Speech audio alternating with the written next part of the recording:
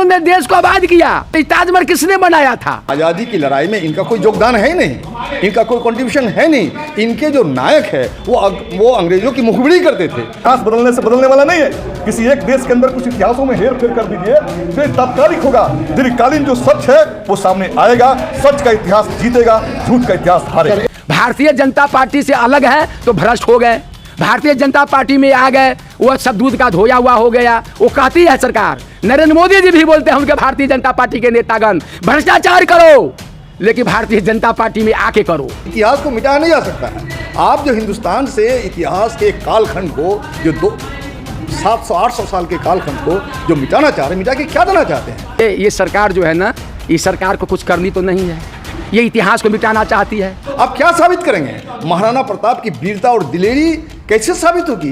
किससे उसने लड़ाई की? गाजियों में बू रहेगी जब तलक ईमान की, तख्त लंदन तक चलेगी तेग हिंदुस्तान की।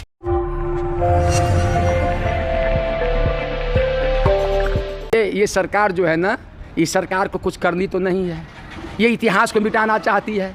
जो मुगल शासक भाई की बात कर रहे हैं, जो हमारे भारत के प्रथम शिक्षा मंत्री का बात कर रहे हैं, वो शिक्षा मंत्री का भेद की भावना से ये सरकार अपनी सिलेबस से निकालना चाहती है। आपको एक उदाहरण बताते हैं। मुगलों ने देश को लूटा है। अरे मुगलों ने देश को आबाद किया। आप कोई पढ़ते NRC CRC के बाद बोलते हैं ताजमहल किसने बनाया था? हिंदुस्तान में हमारे सब भाई हैं, सब मिलजुल कर रहते हैं, इसलिए भारत धर्मनिरपेक्ष देश बना है। कांग्रेस पार्टी सब लोगों की बात करते हैं, वो धर्म की बात नहीं करते हैं, वो जात की बात नहीं करते, वो जमात की बात करते हैं। सबको एक साथ लेकर चलने की चिंता करते हैं। यही कांग्रेस पार्टी की खूबसूरती है। कह रहे मुगलों ने भारत को ये लूटा था, इसलिए उसको अरे भारत को मुगलों ने लूटा था तो इतिहास को बदल दीजिएगा। मुगल के शासन जाने के बाद अंग्रेज का शासन आया। अंग्रेज के शासन के खिलाफ में हम लोग को पुरखों ने आज़ादी दिलवाया ना। किस लिए आज़ादी दिलवाए थे? कि स्वतंत्र रूप से अपनी बात को रखने के लिए। भारतीय जनता पार्टी से अलग है तो भ्रष्ट हो गए, भारतीय जनता पार्टी में आ गए वो सब दूध का धोया हुआ हो गया। वो कहती है सरकार, नरेंद्र मोदी जी भी बोलते हैं उनके भारतीय जनता पार्टी के नेतागण, भ्रष्टाचार करो लेकिन भारतीय जनता पार्टी में आके करो। भाजपा में आओ, सब पाप पुण्य दूर हो गया, गंगा स्नान करने की कोई जरूरत नहीं है।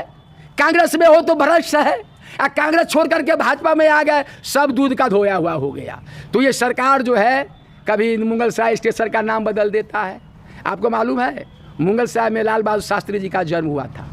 अब पहला रेल मंत्री, जब नेहरू जी के टीम में रेल मंत्री थे तो कभी कभी एक्सीडेंट हो जाता था, दुर्घटना होता था, तो उन्होंने अपने रेल मंत्री पद से इस्तीफा दे देते थे। भारत के एक किसान के बेटा थे और भारत के प्रधानमंत्री हुए, उस व्यक्ति का नाम पर मुगलसराय स्टेशन का नाम न दे करके दीनदयाल उपाध्याय जी के नाम पर क्या दीनदयाल उपाध्याय जी इस देश के प्रधानमंत्री थे क्या? कोई राष्ट्र कवि थे क्या? क्या वो दीनदयाल उपाध्याय जी अभिनेता थे क्या? दीनदयाल उपाध्याय कोई लेखक थे क्या? दीनदयाल उपाध्याय कोई स्वतंत्रता सेनानी थे क्या? आज़ादी की लड़ाई में लाठी भी खाए थे क्या? अब ये लोग केवल फलना जिला का नाम बदल दो। आप देखते हैं इतिहास इतिहास है। इतिहास का जो भी रूप है, चाहे क्रूर रूप हो, लेकिन इतिहास में दर्ज है। चाहे चंगेज खान का रूप हो, चाहे हिटलर का हो, चाहे अकबर का हो, चंद्रगुप्त मौर्य का हो, यह इतिहास है। इतिहास को मिटाया नहीं जा सकता है। आप जो हिंदुस्तान से इतिहास के कालखंड को जो 700-800 साल के कालखंड को जो मिटाना चाह रहे हैं, मिटा के क्या देना चाहते हैं? आप क्या साबित करेंगे? महाराणा प्रताप की वीरता और दिलेरी कैसे साबित होगी? किससे उसने लड़ाई की? किस बड़ी ताकत से उसने लड़ने का मादा पैदा किया? महाराज शिवाजी ने किसको शिकस्त दी? ये तो सवाल खड़े होंगे।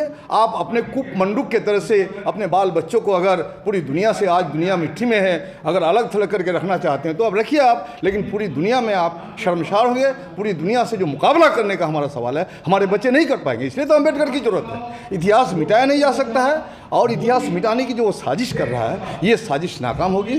देश एकजुट हो रहा आहिस्ता आहिस्ता और इंशाल्लाह हम कामयाब हो जाएं। अभी मौलाना आज़ाद का नाम 11 के चैप्टर से हटा है, उससे पहले भी मानव है जो अल्पसंख्यक समुदाय को मिलने वाला फेलोशिप है उसको खत्म कर दिया गया। सबको हटाएंगे क्योंकि आज़ादी की लड़ाई में इनका कोई योगदान है ही नहीं, इनका कोई कंट्रीब्यूशन है नहीं। इनके जो नायक है वो अंग्रेजों की मुखबिरी करते थे, अंग्रेजों की दलाली करते थे। तो जो कि नायक है, गांधी नायक है, गांधी की हत्या किसने की? लोग सवाल पूछेंगे। तो इन्हीं के लोग थे। सावरकर कौन थे जिन लोगों ने माफ़ी मांगी? इसलिए इतिहास को हटाया जाए, सावरकर को वीर कहते हैं।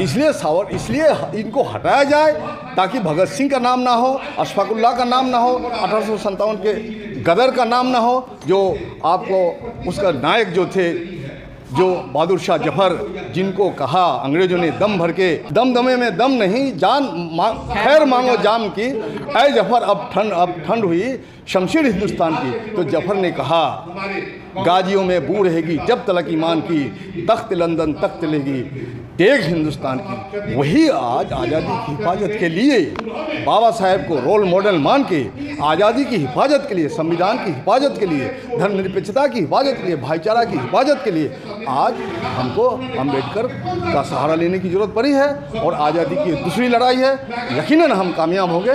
देखिए, भारतीय जनता पार्टी आज़ादी की लड़ाई में अंग्रेजों के मुखबिर थी। इस देश के आज़ादी के जो आंदोलन चल रहे हैं उसके साथ वो गद्दारी कर रही थी, कई लोगों के खिलाफ उसने गवाही दी, कई तरह की गद्दारी की। तो भारतीय जनता पार्टी की जो ऐतिहासिक लड़ाई की जो विरासत में उसकी कोई भूमिका नहीं है और इसलिए न्यू जनरेशन के जो व्हाट्सएप यूनिवर्सिटी पर आधारित है उनको पढ़ाना चाहते हैं कि हम ही देश के सबसे बड़ा जो है देशभक्त है। तो उसके लिए वो इतिहास बदल रहे हैं, लेकिन इतिहास बदलने से बदलने वाला नहीं है। किसी एक देश के अंदर कुछ इतिहासों में हेर फेर कर दीजिए तो ये तात्कालिक होगा। दीर्घकालीन जो सच है वो सामने आएगा, सच का इतिहास जीतेगा, झूठ का इतिहास हारेगा।